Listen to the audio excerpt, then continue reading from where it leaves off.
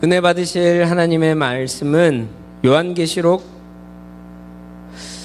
4장 1절 그리고 5장 9절에서 14절인데, 원래는 그 본문이 요한계시록 1장 1절부터 5장 14절까지 말씀이니까 모든 걸 한 절 한 절씩 여러분과 제가 교독하면 너무 길죠. 네, 그래서 줄여봤습니다. 4장 1절만 읽고, 근데 4장 1절만 그만 포인트 잡지 마시고 4장 1절 그리고 5장 9절에서 14절 말씀만 잠시 같이 나누지만 이 전반적인 흐름과 배경을 갖고 있다는 것을 이해하시면서 같이 말씀을 나누면 좋을 것 같습니다. 같이 4장 1절은 다 같이 한번 읽어볼까요? 시작.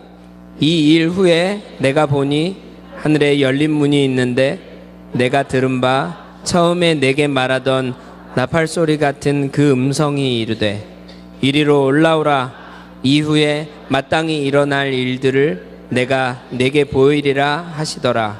9절부터는 한 절씩 교독하겠습니다. 제가 먼저 하겠습니다. 그들이 새 노래를 불러 이르되 두루마리를 가지시고 그 인봉을 떼기에 합당하시도다. 일찍이 죽임을 당하사 각 족속과 방언과 백성과 나라 가운데에서 사람들을 피로 사서 하나님께 드리시고 나와 제사장들을 삼으셨으니 왕노릇 하려로다. 내가 또 보고 들음에 보좌와 생물들과 장로들을 둘러선 많은 천사의 음성이 있으니 그 수가 만만이요 천천이라.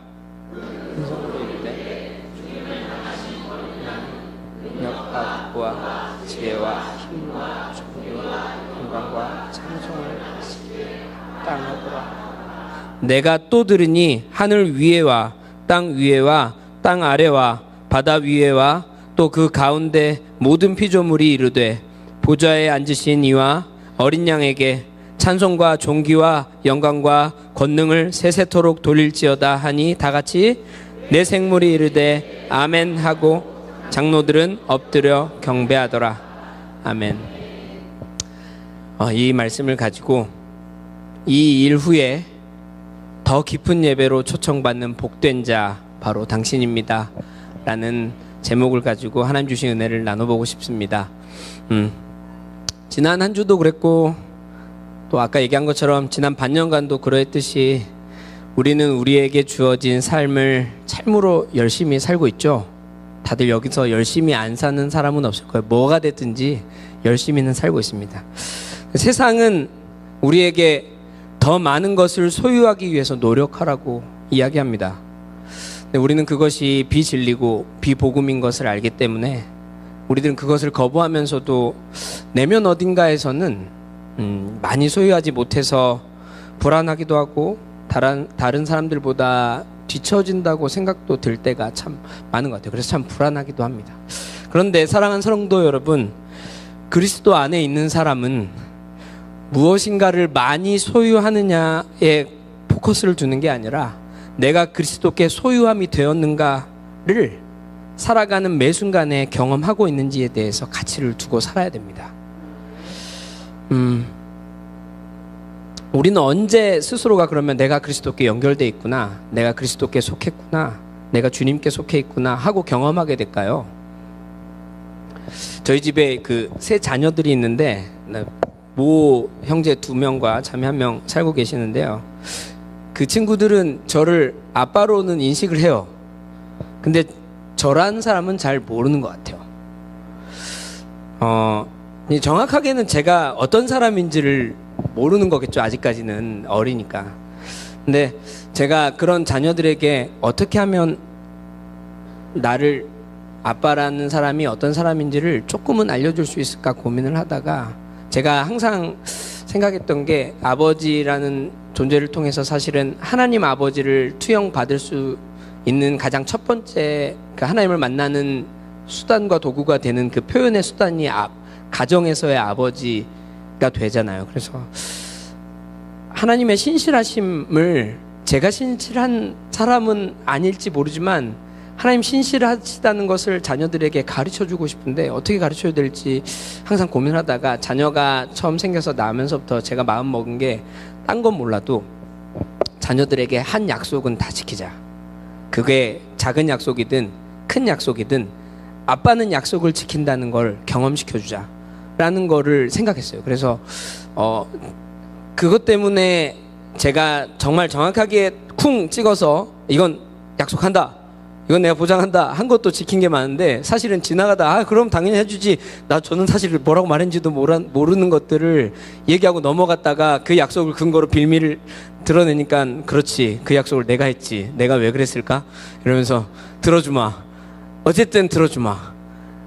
그래서 그 다음부터는 약속을 신중하게 생각하고 해봐야겠다라고 생각하는데, 근데 뭐가 됐든지 간에 자녀들은 아빠의 말을 통해서 아빠가 약속한 것에 대해서 아빠를 신뢰하는 방법을 배웠어요. 그리고 아빠는 약속을 지키는 사람이구나, 아버지는 그런 존재구나 라는 걸 배웠단 말이죠. 그래서 지금도 이제는 본인이 원하는 게 있으면 끝에 이렇게 물어봅니다. 약속해 줄 거야?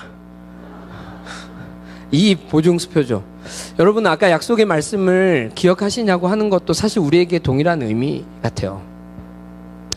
저희 집 세 자녀들이 저를 그렇게 약속을 통해서 하나님을 배우는 것, 저에 대해서 어떤 부분을 하나 알게 되는 것처럼 우리들도 사실은 하나님의 말씀을 묵상하면서 그 말씀대로 순종하는 삶의 방식을 선택할 때 우리가 그것을 믿음의 삶이라고 하죠. 또 신앙이라는 말로 또 표현하기도 하는데, 그렇게 삶의 방식을 선택하는 것에, 그렇게 선택하는 것이 살아내기 위해서 우리가 기회가 되는 대로 기도의 시간을 만들고 그런 삶의 방식을 살고 그 안에서 주 예수님과 깊이 교제하는 시간을 갖는, 그때 우리는 예수님을 사실 알게 되고, 그때 내가 주님께 속해 있구나, 내가 주님의 것이구나 라는 걸 사실 알게 됩니다. 그렇기 때문에 여러분, 예수님께서 나의 죄의 문제를 해결해 주시고 나의 죄의 문제를 해결해 주시기 위해서 십자가에 죽으셨다, 그것을 믿기 때문에 나는 이제 천국에 갈 수 있어 라고 생각하고 만족하는 것, 스스로 믿는 바가 거기에만 머무르면은 하나님께서 원하시는 믿음의 장성한 분량에는 이를 수가 없습니다. 구원받았다는 것은 나의 죄 문제를 해결받고 또한 예수 그리스도를 통한 영원한 생명이 나에게 주어졌으며 혼과 육으로 살던 내 안에 죽었던 영이 다시 살아났다. 그렇기 때문에 영이신 하나님과 교제할 수 있는 존재가 되었다. 구원받은 지금부터는 하나님과 나와의 관계를 맺어가야 하는 삶의 목적과 방향성이 시작되었다. 즉, 영이신 하나님을 영으로 예배할 수 있다. 그런 예배자가 난 되었다 라는 게 이 구원받았다는 것 안에 포함되어 있죠. 그렇기 때문에 우리는 하나님을 매 순간 예배함으로써 내가 예수님께 소유가 되었다는 걸 다시 한번 확인해 볼 수 있습니다. 예배는 그래서 참 중요한 것 같아요. 그렇죠? 아마 처음 구원을 받으셨거나 교회로 초청되어 오셨을 때 어느 순간에든지 모두에게 다 교회에서의 첫 이미지는 예배를 드리는 장면에서부터 시작하지 않을까요? 오늘만 해도 지금까지도 우리는 예배를 드리고 있고 예배의 흐름 속에 들어와 있습니다.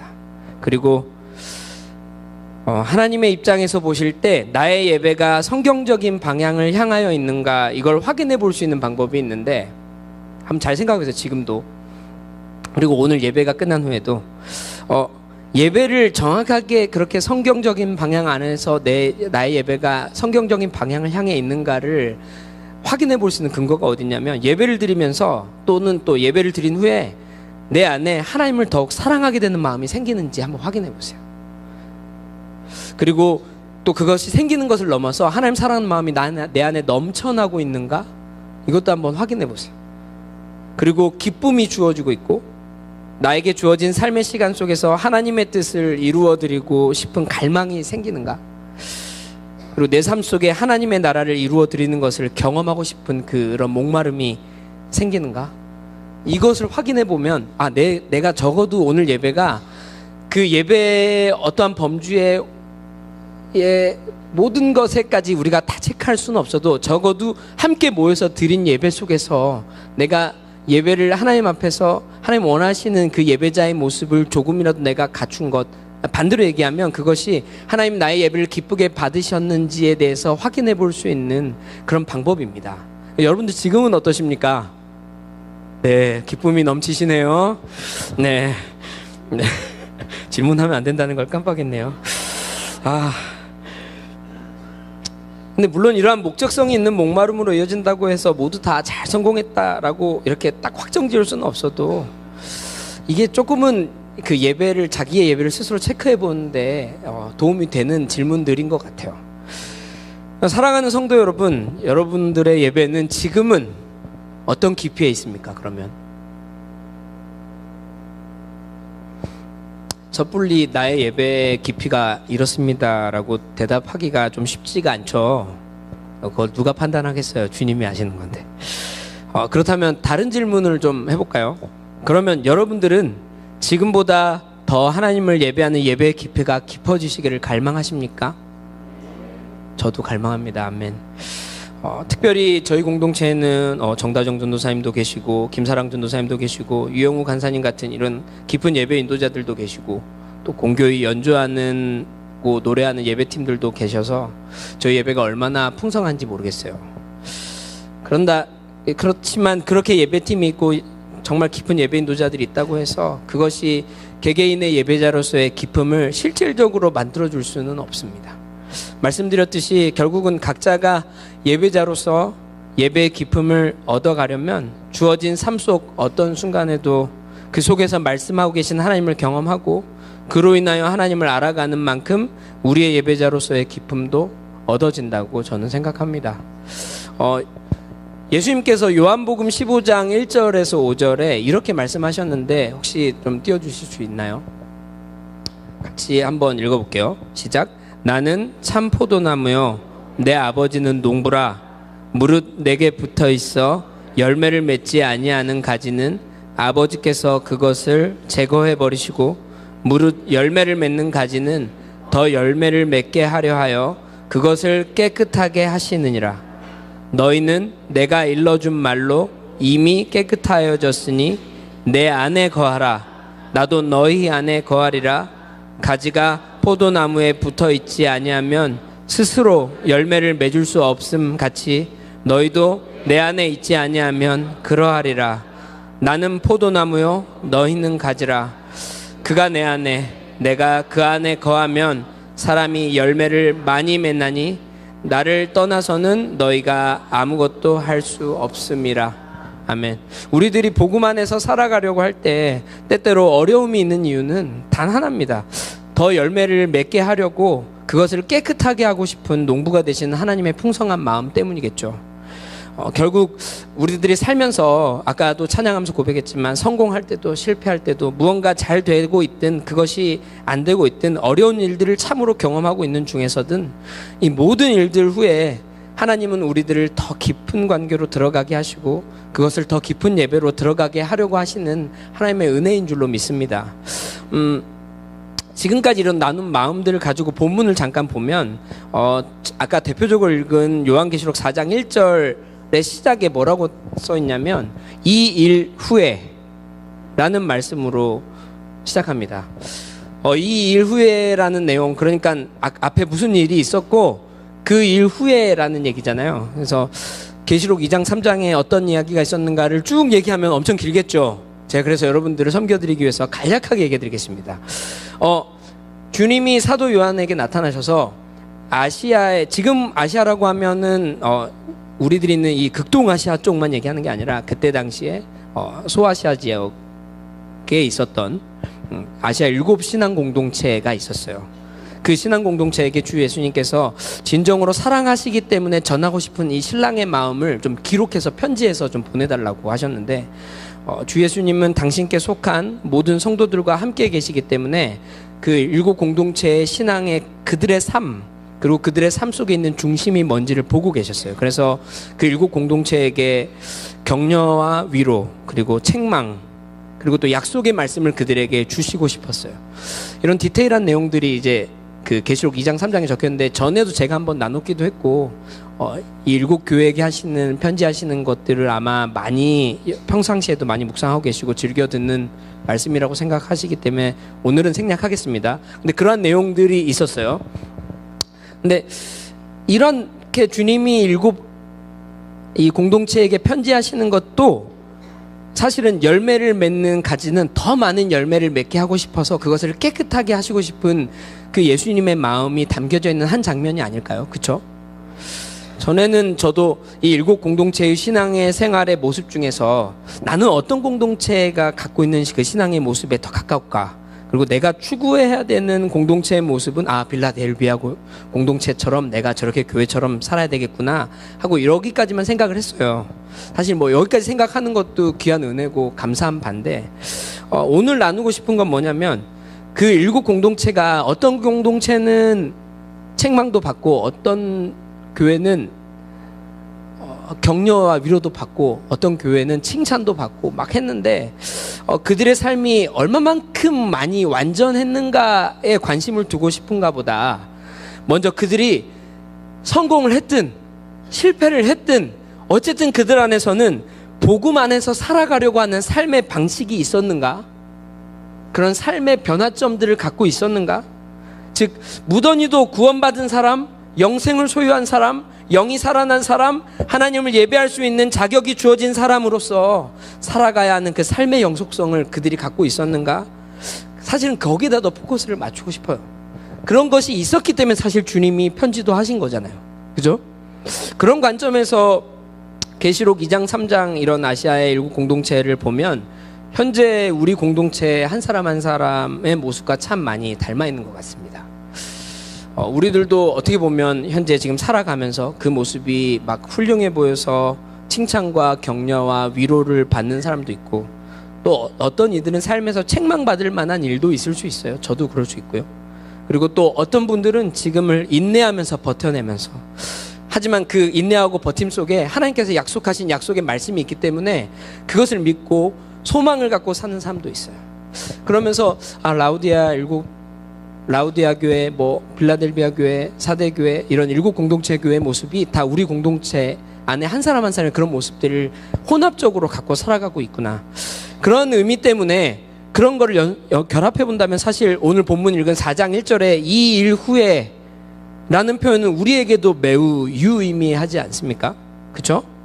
자, 우리 모두 다 예배자로서의 더 깊어짐을 목말라 하는 사람들인데, 이제 우리 공동체에게 이 일 후에 하나님께서 어떠한 차원의 예배로 우리를 초청하시는지 말씀을 근거로 보면 좋겠습니다. 우리들도 주님이 어떻게 보시면 각자에게 그렇게 편지하시면서 계속 삶에서 살아가고 있는, 그렇게 복음 안에 사는 삶을 힘겨워하든 즐거워하든 기뻐하든 넘쳐나든 모자라든 어쨌든 그 삶을 살고 있는 우리들에게 하나님께서 우리를 더 깨끗하게 하시고 많은 열매를 깊은 곳으로 들어가게 하시는 그 하나님의 농부된 마음 안에서 이 일 후에 주님이 우리를 어떻게 인도하신지를 보면 우리들의 예배가 더 깊어지는, 한층 더 깊어지는데 가장 첫 번째는 이리로 올라오라 라고 초청해 주시는 하나님의 은혜가 있어야 됩니다. 그리고 하나님께서 지금 우리를, 그리고 오늘 이 시간부터 더 깊은 예배 가운데 이리로 올라오라고 초청해 주신 하나님의 은혜가 있다고 믿습니다. 할렐루야. 이전까지는 어쩌면 우리들이 스스로 최선을 다해서 예배자로 나아가려고 했던 것에 한계점에 있었는지도 모르겠습니다. 그러니까 이제부터는 하나님이 초청해 주시는 은혜가 있으면 자동으로 예배가 깊어질 테니까 나는 아무것도 안 해도 괜찮겠다, 이렇게 생각하자는 게 아니에요. 그 목사님께서 전에도 너희는 가만히 있어 주가 하나님 되심을 알지어다 얘기해 주시면서 그 가만히 있는다는 의미가 어떠한 의미인지 우리가 잠시 생각해 본다면, 이 예배자의 관점을 땅에서 하늘로 올릴 수 있도록 초청해 주시는 것도 사실 은혜예요. 우리가 아무리 발버둥치고 힘써 예배하려고 하는 그 한계점까지에 이르러 있어도 그 차원을 넘어가는 것은 우리의 노력으로 되는 것이 아니라 주님께서 우리에게 원하셔서 아들 예수님께서 우리에게 초청해 주실 때만 들어갈 수 있어요. 그런데 그 초청함이 이 일 후에 있다는 거죠. 할렐루야. 그래서 우리가 그렇게 부단히 사는 삶의 의미가 있습니다, 여러분. 우리가 오늘 그 초청을 받아서 더 한 차원 깊은 곳으로 나아간 예배자가 될 거라고 믿는데, 이 초청함을 받은 예배자들은 이 하늘로 오르는 관점을 가지고 예배한 예배자들이 두 번째로 그 다음에 뭐가 되냐면 성령님께 감동이 돼요. 성령님께 사로잡히는 예배자가 된다는 거죠. 제가 가끔 이제 주로 제 하는 일, 그 사역이 그렇지만 여러분들과 함께 공동체에서 예배하는 시간을 갖잖아요. 예배하면서 종종 느끼는 것 중에 하나가, 예배를 딱 시작을 쭉 하면서 깊은 깊이 임재 가운데 잠기게 된 데까지 시간이 좀 걸립니다. 가령 금요일에 공동체 연합 중보 예배 같은 게 예를 들어 8시 30분에 예배가 시작되면 얼추 9시 5분 돼야 좀 깊이 이렇게 그 단순히 여러분들에게 보이는 반응만 갖고 얘기하는 건 아니에요. 근데 제가 제 나름대로 하나님 앞에서 예배하면서 받는 것들이 있고 제가 통로가 되는 것들이 있잖아요. 그래서 예배하면서 느끼는 건데 성령님이 깊이 각자를 잠식하시고 잡고 계시는구나를 느끼고 그렇게 들어간 데까지 느껴지는 게 시간이 상당히 걸리는구나라는 걸 느껴요. 근데 어떨 때는 반드시 이렇게 서서히 잠겨가야 되는 것밖에 안 될까? 시작하는 데서부터 그냥 8시 30분에 저희가 함께 예배를 열면서 시작을 하는데 시작하면서부터 단번에 깊이 임재 가운데 딱 사로잡힐 수는 없는 걸까? 많이 고민하면서 갈등이 돼서 이런 방법도 생각해보고 저렇게 기도해보기도 하고 예배팀을 제가 더 닥달해요. 하나님 앞에 긴장하라고 막 이렇게 얘기도 시키기도 하고 그랬던 시간들도 있었어요.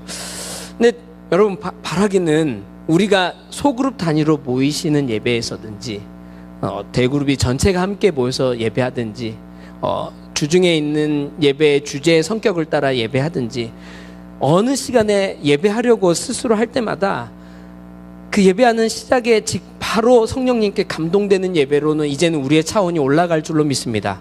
할렐루야.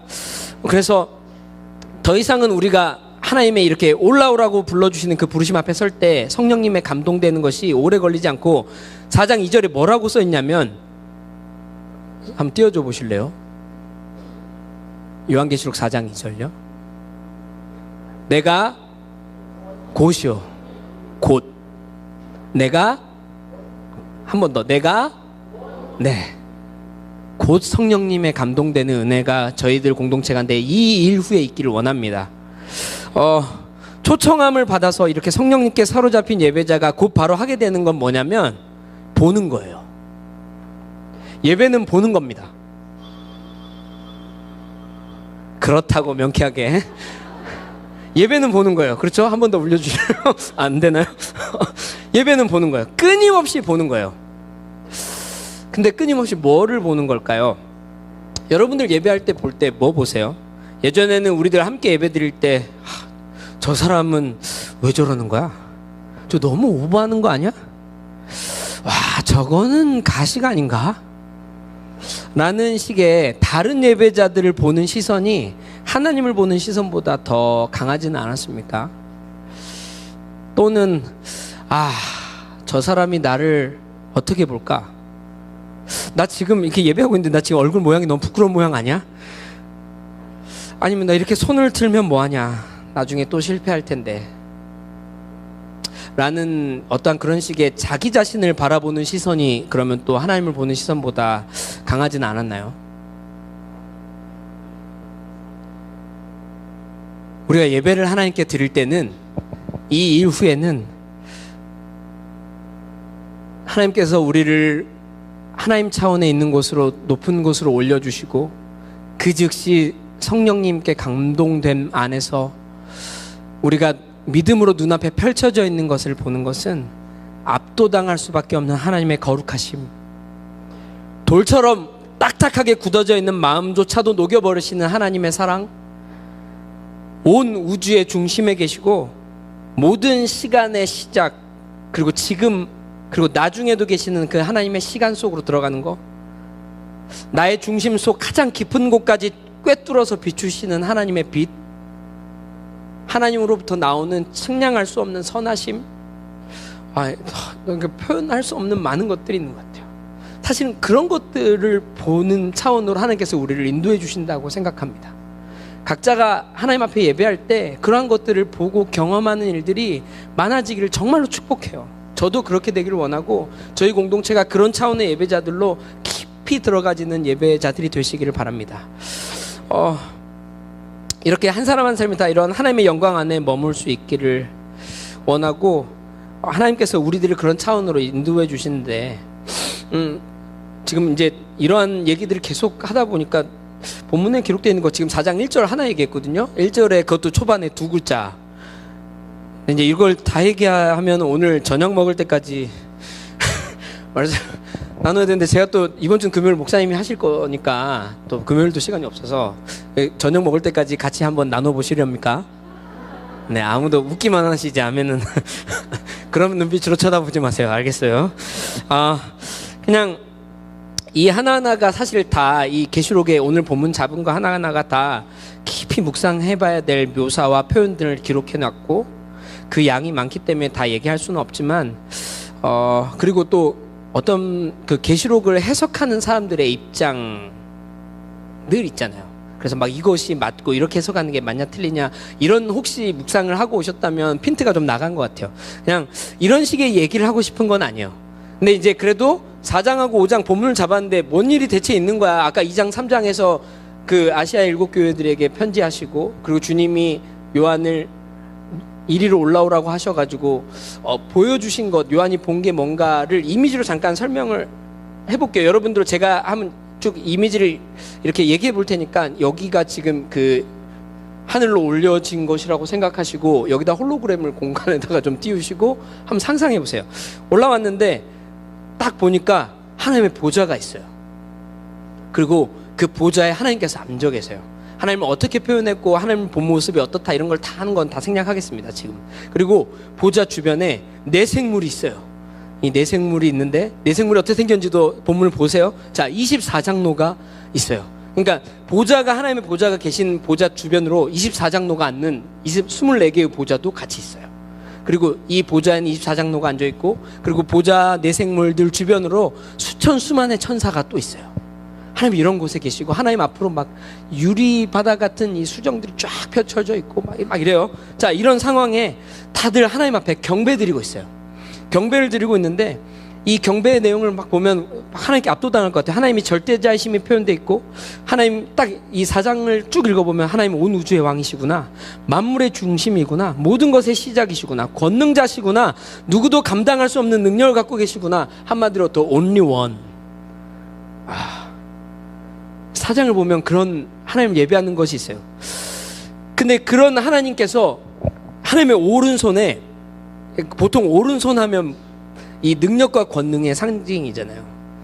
아니, 하나님의 오른손에 7개로 봉인을 해놓은 두루마리를 하나 딱 갖고 계시는데 이 두루마리에 뭐라고 막 써져 있어요. 이 내용이 뭔지에 대해서도 막 어떤 해설을 하고 싶은 게 아니에요. 어쨌든 하나님이 원하시는 것이 있고 써 있단 말이죠. 그래서 이 두루마리를 딱 갖고 있는데 이때 가장 힘이 센 천사가 그 요한이 보기에도 힘센 천사가 나왔어요. 그러니까 천사들 중에서도 이 천사는 진짜 힘이 세. 근데 이 힘센 천사가 큰 소리로 뭐라고 얘기하냐면 누가 이 하나님의 오른손에서 두루마리를 받아서 이 두루마리를 인을 떼고 펴보겠는가. 그러니까 이거를 얘기한 것도 힘센 천사가 있다는 건 아무리 내가 힘센 천사인 나조차도 이거를 감당할 수 있는 존재가 아니다라는 걸 얘기한 거잖아요. 그래서 요한이 보기에 하늘에도 땅에도 이 두루마리를 받을 만한 자가 없으니까 너무 슬픈 거예요. 그래서 슬피 울며하고 있는데 그때 마침, 여러분 두둥 딱 해주세요. 그때 마침 어린 양 대신 예수님이 짠 하고 나타나요. 재밌죠? 어린 양 대신 예수님이 딱 나타나셔서 하나님의 오른손에서 두루마리를 취하셔요. 멋지지 않습니까? 일단 네, 감사합니다. 네. 그리고 그 두루마리를 딱 취하실 때 24장로와 내생물과 그리고 수만의 천사와 하늘과 땅과 땅 아래와 바다와 바다 안에 있는 모든 피조물들이 그 두루마리를 취하신 예수님께 경배해요. 이게 4장과 5장의 내용이에요. 쉽죠? 그냥 끝낼까요? 네. 시간 때문에 이렇게 간단하게 얘기했지만 여러분 흘려버리지 마시고 자세하게 한 단어 한 단어씩 요한이 어떻게 기록해놨는지를 묵상해 보십시오. 반드시 부탁드리겠습니다. 근데 이제 이렇게 얘기하고 나니까 정말 어마어마하고 장엄한 장면을 우리가 보게 됐구나. 예배자로서 우리가 이런 예배 가운데 이런 예배를 드리면 좋겠구나라고 초청받는구나 라고 그냥 생각하실 것 같아 갖고 한 가지는 좀 짚어보고 싶은 것을 좀 나누고 싶습니다. 저는 이 계시록 4장에서 하나님이 얼마나 위대한 분인지를 묘사해 놓고 하나님이 주인공 되시는 것처럼 막 이 묘사해 놓은 것들이 사실은 하나님이 주인공이 아니신 것 같아요. 죄송합니다, 주님. 그러니까 무슨 의미냐면 예배의 주인공 당연히 하나님이시죠. 근데 이 4장에 기록한 이 저자의 뉘앙스를 보면 그 어마무시하고 위대하신 하나님과 하나님의 보좌, 그리고 이 보좌에서 하나님 향한 경배가 어떠한지, 근데 그런 그 하나님께서 무언가를 기록을 하셨잖아요. 두루마리에. 이 뭔진 모르겠지만 우리가 조선시대 사극만 봐도 어명이요 하고 쫙 펼쳐보면 어명이요 하는 순간에 다 땅바닥에 엎드리잖아요. 그러니까 기록되어져 있는 두루마리의 내용이 무엇인지 몰라도 그 두루마리 자체가 사실은 하나님의 의지인 거잖아요. 내가 어떻게 하고 싶은지, 내가 절대자로서 위대한 존재로서 이러한 경배를 받기 합당한 존재로서 내가 이걸 어떻게 하고 싶은지를 사실 기록해 놓은 것이기 때문에 이 두루마리는 사실 하나님과도 같을 수 있고 하나님의 계획이자 하나님의 뜻이고 하나님께서 바라보고 계시는 어떤 영원성일지 몰라요. 그렇죠? 그런데 아무도 이 두루마리를 받을 존재가 없고 이런 장엄한 상황 안에서 이걸 받을 존재가 없는데 그때 어린 양이 딱 등장하시는 게 4장이 어마무시한 이 하나님을 표현한 표현이 하나님을 위해서 있는 게 아니라 어린 양을 위해서 이게 기록이 됐구나. 근데 이제 이 어린 양께서 이 두루마리를 취하시는데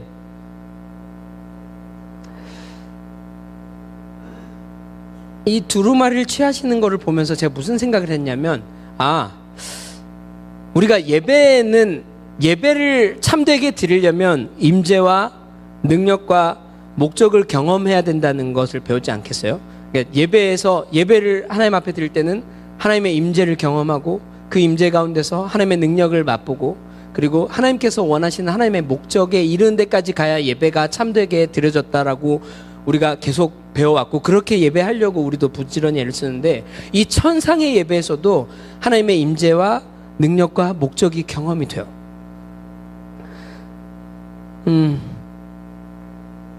이 천상의 예배에도 목적이 있는데 그것은 예수님께서 두루마리를 취하시고 그 인을 떼시기 시작하면 이제 그 뒤에 6장 7장이 이어지면서 인을 떼기 시작하면서 한 가지씩 일이 일어나요. 하나 인을 떼면 한 가지 일이 일어나고 하나 인을 떼면 한 가지 일이 일어나는데 이 인을 떼는 일들이 이 인을 떼는 것 자체에 어떤 의미가 있는가를 제가 막 얘기하고 싶은 게 아니에요. 중요한 거는 이 인을 떼기 시작하면서 하나님의 마지막 시간표가 진행이 된다는 거잖아요. 그리고 그 마지막 시간표는 하나님의 의지고 하나님께서 원하시고자 하는 최종 목적에 이르는 대로 간다는 거예요. 그렇죠?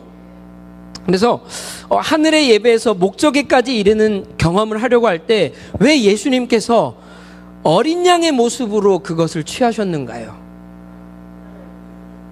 왜냐하면 계시록 1장에 보면은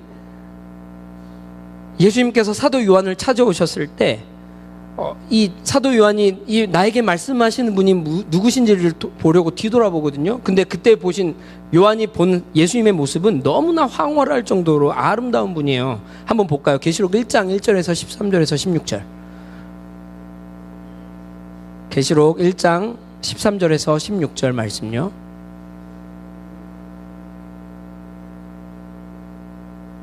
요한계시록 1장 13절에서 16절 다 같이 한번 읽어볼까요? 시작. 인자 같은 이가 발에 끌리는 옷을 입고 가슴에 금띠를 띠고 그의 머리와 털의 희기가 흰 양털 같고 눈 같으며 그의 눈은 불꽃 같고 그의 발은 풀무불에 단련한 빛난 주석 같고 그의 음성은 많은 물소리와 같으며 그의 오른손에 7별이 있고 그의 입에서 좌우에 날선검이 나오고 그 얼굴은 해가 힘있게 비치는 것 같더라. 사도 요한이 본 예수님의 모습은 너무 아름다운, 이게 표현의 극치의 모습일지 몰라요. 어쩌면 내가 처음 만나서 알아가던 예수님의 모습이 이와 같았을지도 모르겠어요. 그리고 우리가 이전에 예배하면서 경험하고 보게 되었던 예수님의 모습일지도 몰라요. 그리고 또는 예배하면서 만나고 싶은 예수님은 어떠한 모습일까 생각하면 이런 모습일 거야 라고 생각하게 될지도 몰라요. 이거 누구나 다 원하는 예수님의 모습이거든요. 그런데 정작 하나님의 목적을 이루시려고 하는 예수님의 모습은 이런 아름다운 모습으로 요한이 보지 못했어요.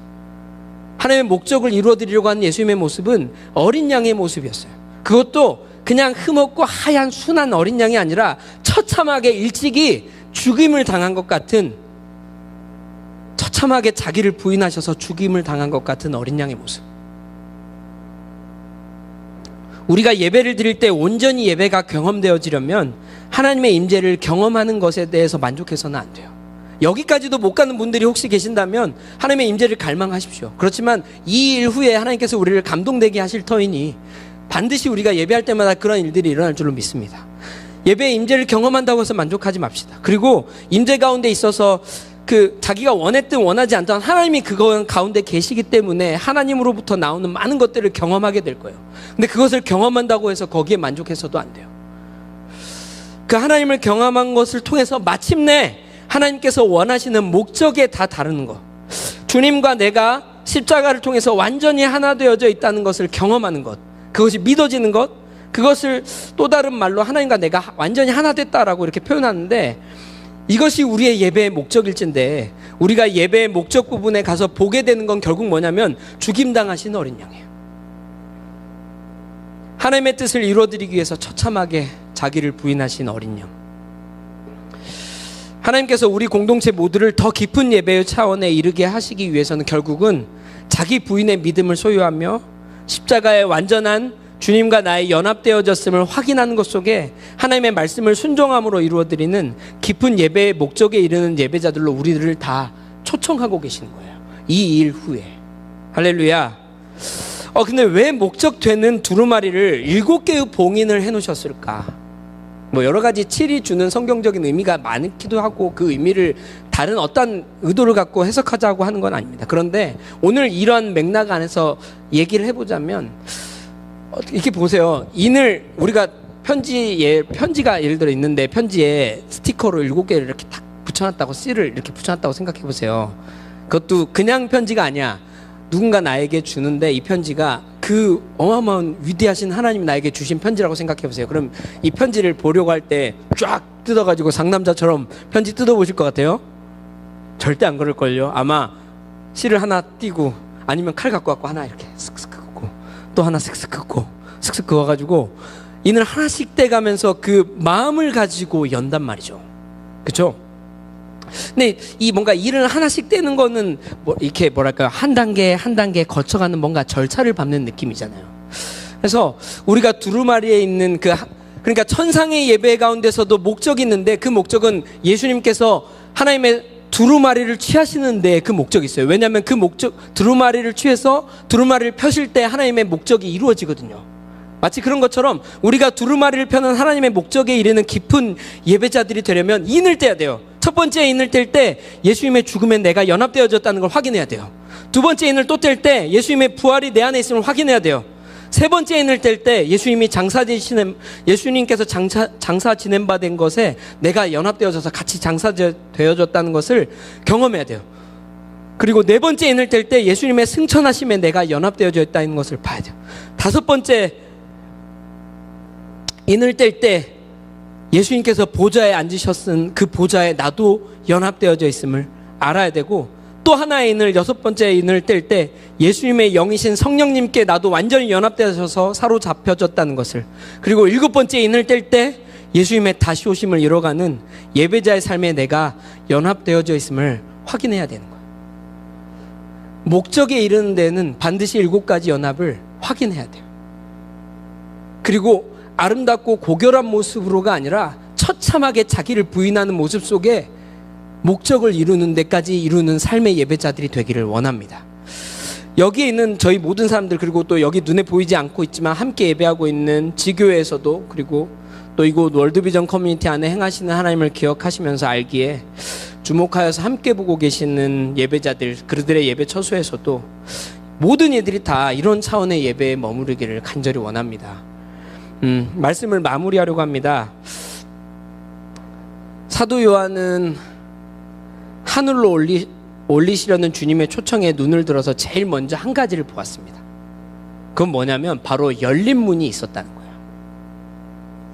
그 문이 하늘에 있는 걸 보게 됐는데, 그리고 성경에 보면 진리의 말씀들 속에 가끔 하늘이 열리는 걸 본 사람들이 있어요. 야곱이 장자권을 탈취해서 형 에서가 죽이려고 하니까 도망을 치다가 형 에서를 피해서 베델에서 돌베개 베고 자다가 하늘의 문이 열린 걸 봤어요. 또 다니엘이 더 이상 하나님을 향하여, 그러니까 느부갓네살 왕에게 절하지 않으면 죽이겠다고 하는 이 법령 앞에서 그럼에도 불구하고 그가 아닌 하나님을 향하여 창문을 열고 예배하는 창을 열고 기도했을 때 하늘이 열리고 이 군대, 하늘 천사의 군대인 누구죠? 미가엘. 네, 감사합니다. 네, 미가엘이 등장하는 것을 봤어요. 그리고 또요, 스데반은 예수님을 증거하다가 돌에 막 맞아 죽고 순교당하는 그 순간에 하늘이 열리는 걸 봤어요. 오늘 사도 요한은요, 1장에도 뭐라고 기억됐냐면, 내가 예수 그리스도에 대한 증거와 하나님의 말씀을 증언한 일에 대하여 이것들 때문에, 이 많은 일들 때문에 이 사람은 모든 것들과 단절되어서 반모섬에 유배당했어요. 그리고 그 유배당한 반모섬에서 격리되어져 있고 충분한 공급과 많은 누릴 수 있는 것들로부터 분리당해서 고통스러운 그 자리에서 하늘의 문이 열린 걸 봤어요. 우리는 가끔 이렇게 하늘의 문이 열리는 걸 보는 사람들은 대부분 매우 쾌적한 컨디션이 유지되는 상황을 삶 속에 담고 있을 거다라고 이렇게 오해들을 해요. 영적으로 컨디션이 좋으니까 저걸 본다라고 생각하는데, 지금 제가 들려드린 근거들을 보시면 어떠세요? 그들의 삶이 그냥 녹록치 않은 정도가 아니라 매우 고단하고 괴로운 삶들 속에서 다 하늘이 열린 문을 봐요.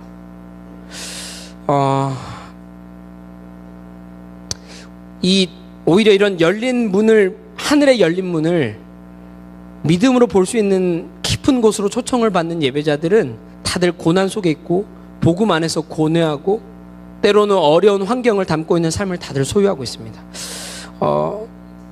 마치 혹시 여러분들 중에서도 마치 내 삶도 지금 그런 것 같아서 오히려 마음에 부담이 있었던 분들이 공동체 안에 계시지 않습니까? 저도 지나가면서 많이 듣습니다. 그들의 불평이나 불만을 듣는 게 아니라 기도해달라는 어떠한 기도의 중보의 내용들을 들어보면 대부분 다 삶에서 마치 요한처럼 사람들과 관계가 단절되는 것 같고, 내가 스스로 홀로 있는 것 같고, 또는 다른 핍박을 받는 것 같고, 누군가의 돌에 맞는 것 같고, 또는 죽이려고 하는 위협 같은 그러한 위협들이나 두려움으로부터 피해서 도망가야 돼서 편안한 곳에 있지 못하고 내 마음이 불편하게 있어야 되고,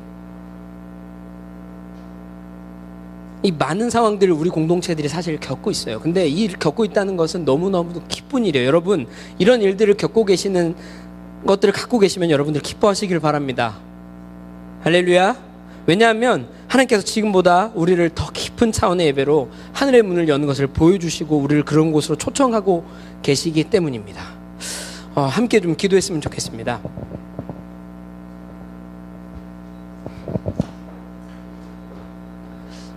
짧게 정리하면서 요약하면서 길어지지 않게 하려고 나눴지만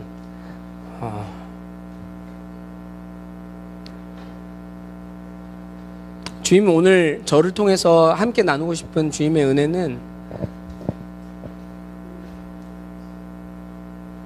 간단하게 생각해보면 지금까지도 부단히 복음 안에서 사는 삶을 살려고 애쓰고 노력하는데 대부분 삶의 모습이 다 그렇게 그러니까 기쁜 마음이 막 쏟아나지는 못하고 그 안에 어려움을 많이 만나기도 하고, 그것 때문에 여러 가지 그게 일과 케이스들이 있을 거예요. 그런 일들을 다들 겪으면서 살아가고 있어요.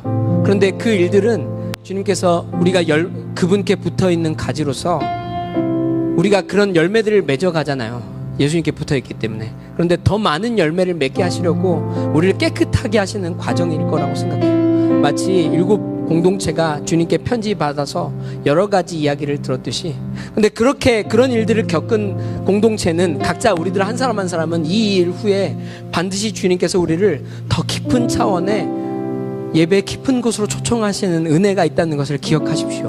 그리고 오늘이 6월 30일인데 오늘 우리들의 이날 이 시간 이후로부터 우리의 후반기는 더 깊은 차원의 예배를 경험하게 될 줄로 믿습니다.